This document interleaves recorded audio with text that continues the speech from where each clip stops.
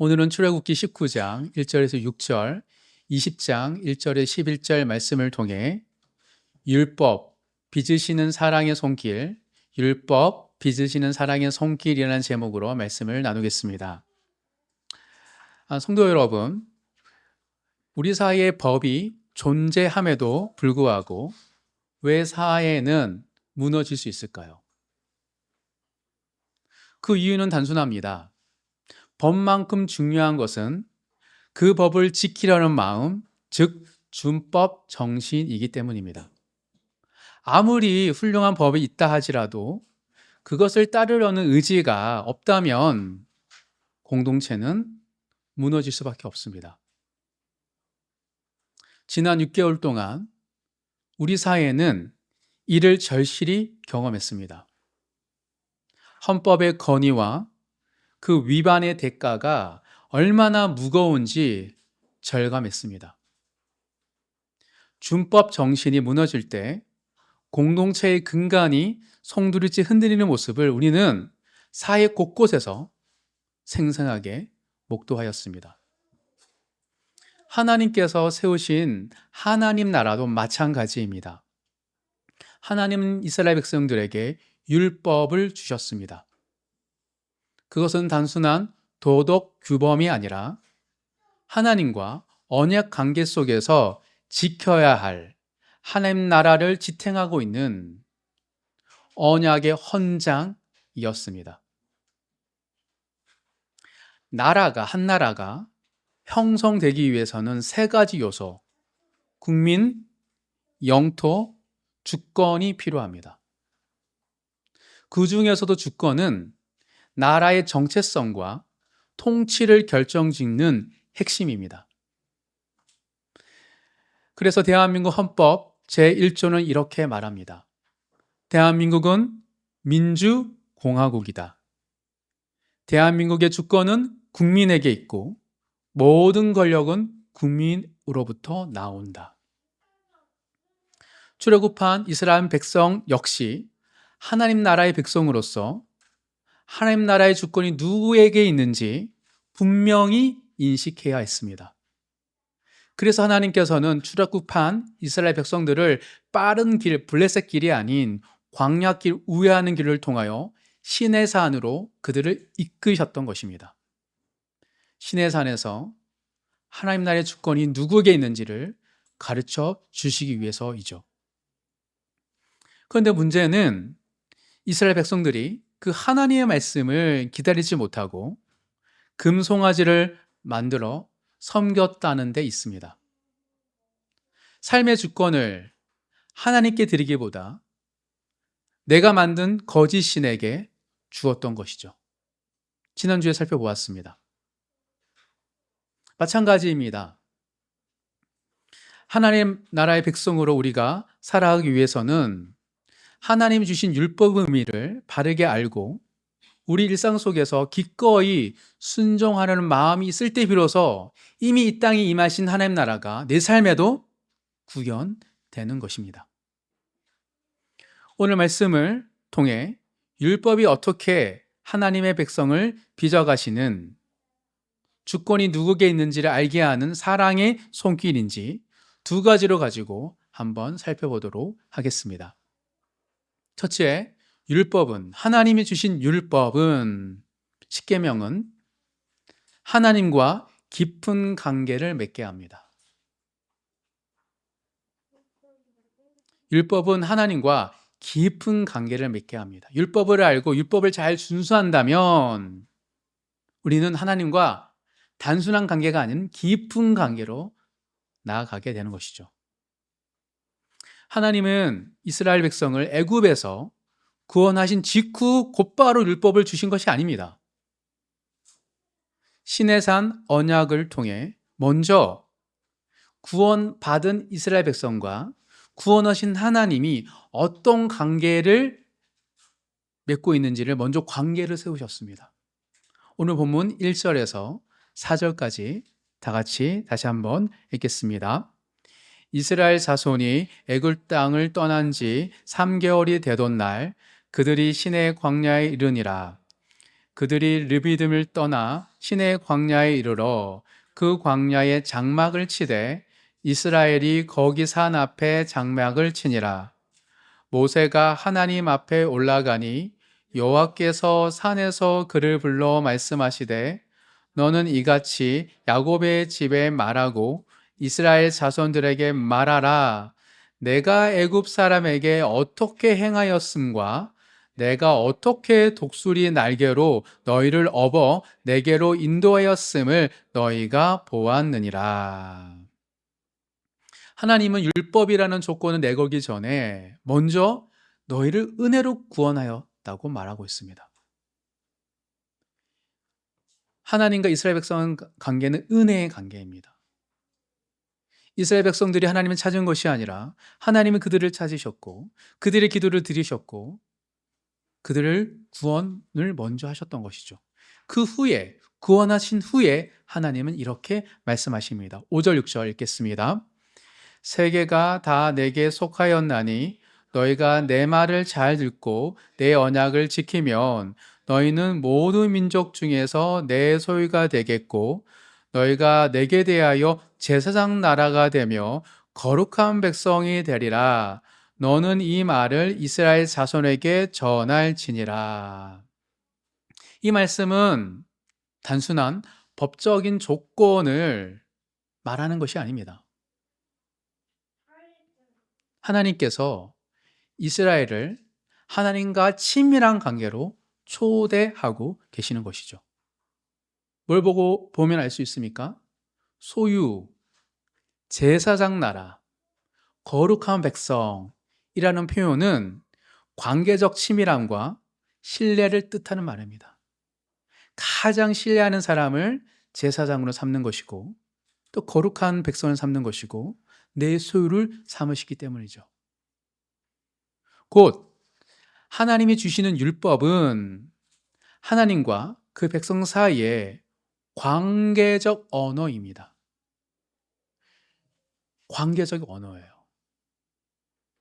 따라서 율법은 통제가 아닙니다.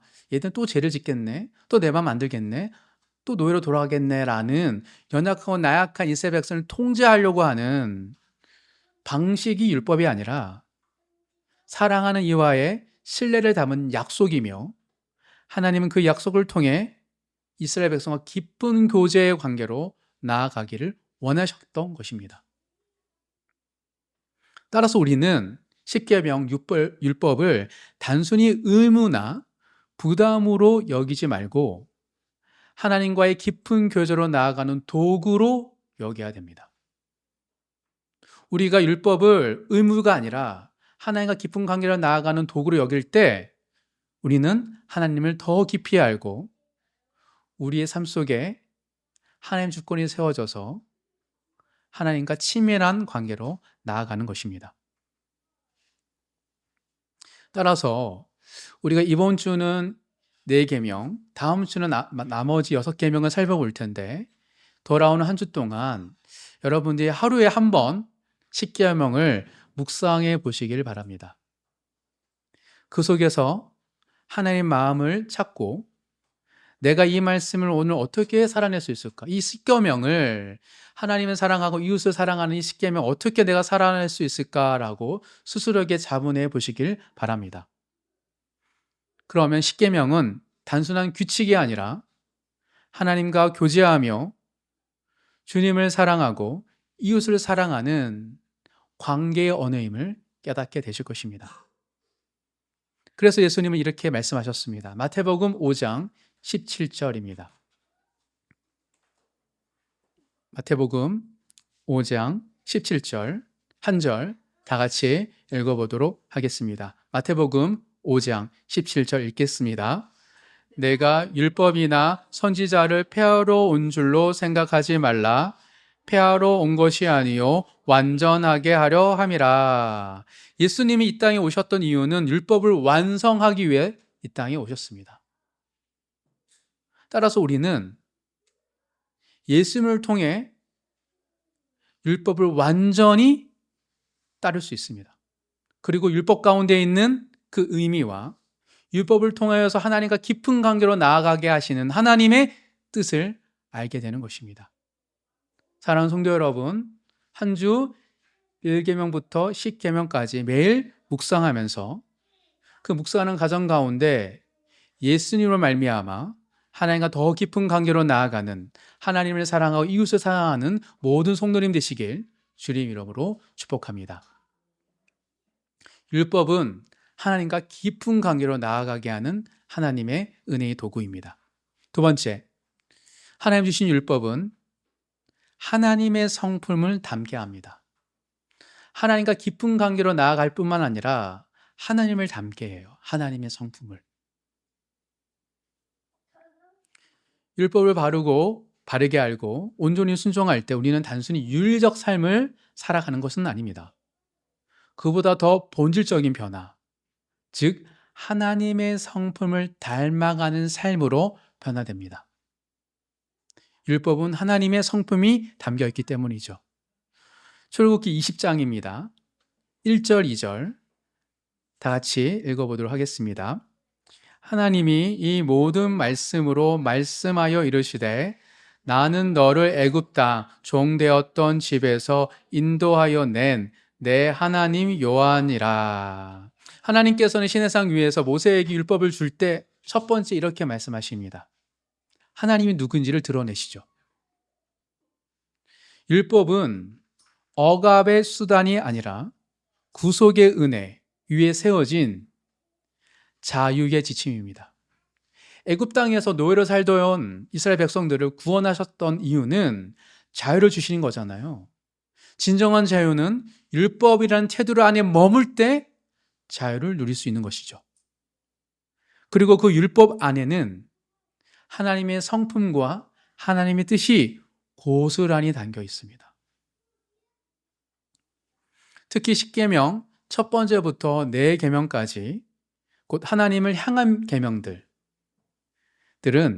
우리가 하나님의 성품을 닮아가도록 이끄는 소중한 초대입니다. 그냥 내가 원하는 삶을 살아가는 인생에서 1계명부터 4계명까지는 하나님을 향한 삶으로 우리를 바꾸어서 하나님을 닮아가게 하는 것이죠. 한번 살펴보도록 하겠습니다. 첫 번째 계명입니다. 3절 다 같이 읽겠습니다. 너는 나 외에는 다른 신들을 내게 두지 말라. 첫 번째 계명, 너는 나 외에는 다른 신들을 내게 두지 말라. 이 계명은 하나님의 유일하심, 하나님밖에 신이 없어요. 유일하심과 충만하심, 하나님으로만 충만할 수 있어요. 를 닮으라는 초청입니다. 하나님의 유일하심과 하나님의 충만하심, 하나님 홀로 계시지만 하나님 스스로 충만하셔서 그 충만함을 나누고자 세상을 창조하셨던 것이기 때문입니다. 따라 첫 번째 계명은 세상에 거짓된 신, 인간이 만들어낸 우상들을 섬기지 않도록 하여 하나님만이 진정한 주권자임을 인정하게 합니다. 주위에 보면 너무 많은 신들이 있어요. 이길 따르면 행복할 거야. 이게 정말 너에게 돈을 줄 거야. 라고 말하는 그 거짓 신들을, 유혹을 내려놓고 오로지 하나님만으로 충만한 삶을 살 수 있도록 우리를 초대하는 게 첫 번째 계명입니다. 이어서 두 번째 계명 4절을 다 같이 읽겠습니다. 너를 위하여 새긴 우상을 만들지 말고 또 위로 아래로 땅에 있는 것이나 땅 아래 물속에 있는 것에 어떤 형상도 만들지 말며. 두 번째 계명은 새긴 우상을 만들지 말라입니다. 어렸을 때는 첫 번째 계명과 두 번째 계명이 너무 똑같아서 왜 이런 구분을 할까? 옆에 다른 신을 두지 말라는 것과 다른 우상을 만들지 말라는 것은 같은 얘기 아닐까라고 생각되었지만, 우리가 지난주에 살펴본 것처럼 다른 신이 없어도 애굽에서 떠났잖아요. 신이 없어요. 근데도 우리는 신을 만드는 존재이죠. 우리 마음이 우상의 공장이기 때문에. 또 두 번째 계명은 새긴 우상을 만들지 말라는 겁니다. 이는 하나님의 진리와 거룩하심을 담도록 합니다. 우상은 무엇이죠? 하나님 주신 좋은 것들을 절대화시키고 신격화하는 것입니다. 결국 좋은 것들이 신의 자리에, 우상의 자리에 쓸 때 우리는 그것을 의지할 때 실망하게 되고 절망하게 되고 후회합니다. 곰곰이 생각해 보면 왜 우리가 후회하고 실망할까? 좋은 것들인데 그거를 우상화했기 때문에. 이 삶이 우리의 삶에 반복적으로 일어나는 패턴입니다.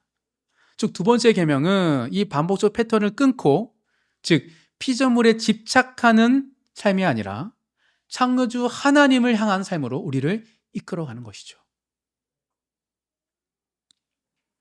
세 번째 계명입니다. 7절 다 같이 읽겠습니다. 너는 내 하나님 여호와의 이름을 망령되게 부르지 말라. 여호와는 그의 이름을 망령되게 부르는 자를 죄 없다 하지 아니하니라. 세 번째 계명은 여호와의 이름을 망령되게 부르지 말라입니다. 이는 하나님의 존귀하심과 정결하심을 닮아가는 거예요. 존귀한 그 이름, 정결한 그 이름에 덕지덕지 무언가를 붙이지 말라는 것이죠.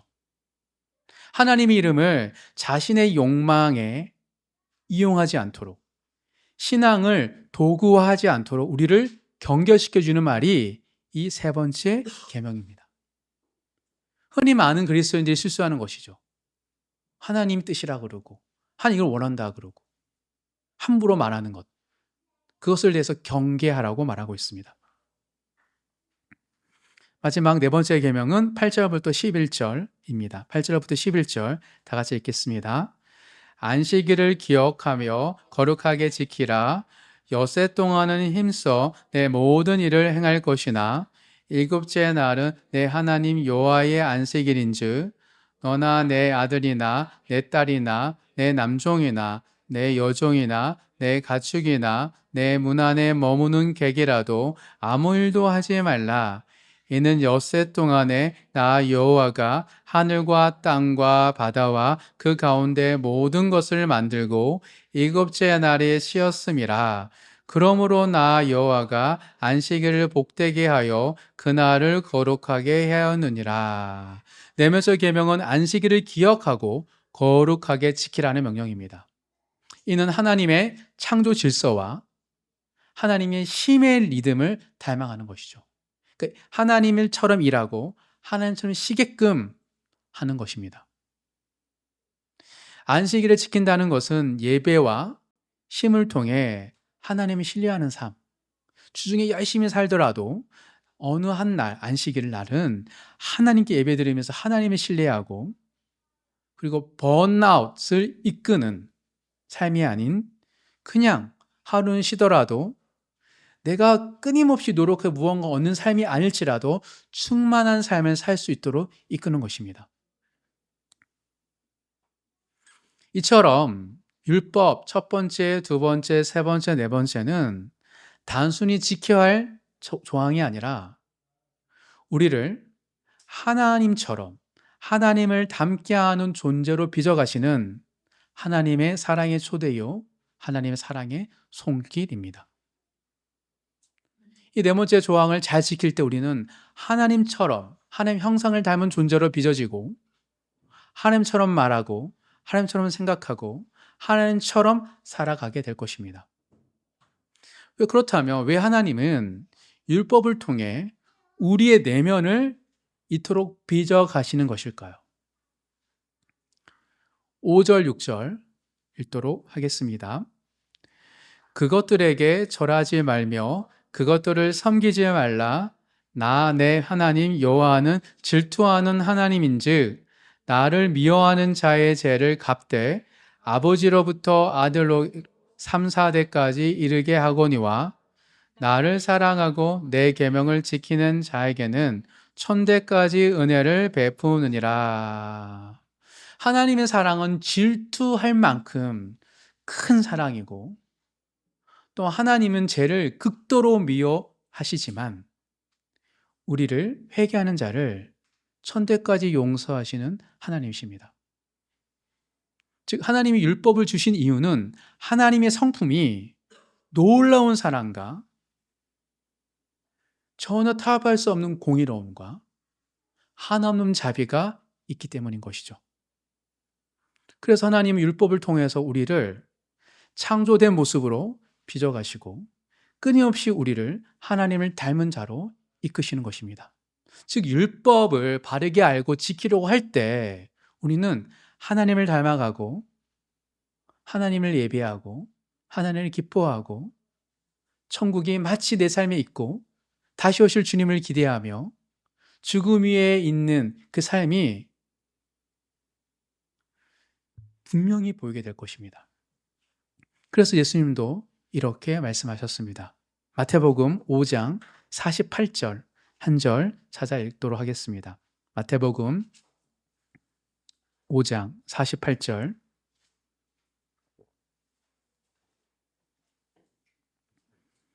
마태복음 5장 48절 다 같이 한 절 읽겠습니다. 그러므로 하늘에 계신 너희 아버지의 온전하심과 같이 너희도 온전하라. 율법을 주신 이유는 우리를 온전케 하는 하나님의 뜻이 담겨 있습니다. 우리 모두는 하나님 형성을 지음받는 하나님의 자녀이기 때문입니다. 율법은 우리를 하나님의 형상을 닮은 자로 빚어가는 하나님의 손길입니다. 따라서 연약하고 나약할지라도 우리가 끊임없이 율법과 율법을 주신 하나님의 의도를 알 때 비로소 우리는 하나님과 깊은 관계로 나아갈 뿐만 아니라 하나님의 성품을 닮아가게 됩니다. 율법은 우리를 하나님께로 이끄는 안내서이기 때문입니다. 그 율법을 한 주 동안 매일 묵상할 때 그리고 적용하려고 할 때 하나님 깊은 관계로 나아가시고 그리고 하나님의 성품을 닮아가시는 모든 성도님 되시길 주님 이름으로 축복합니다. 말씀을 정리하겠습니다.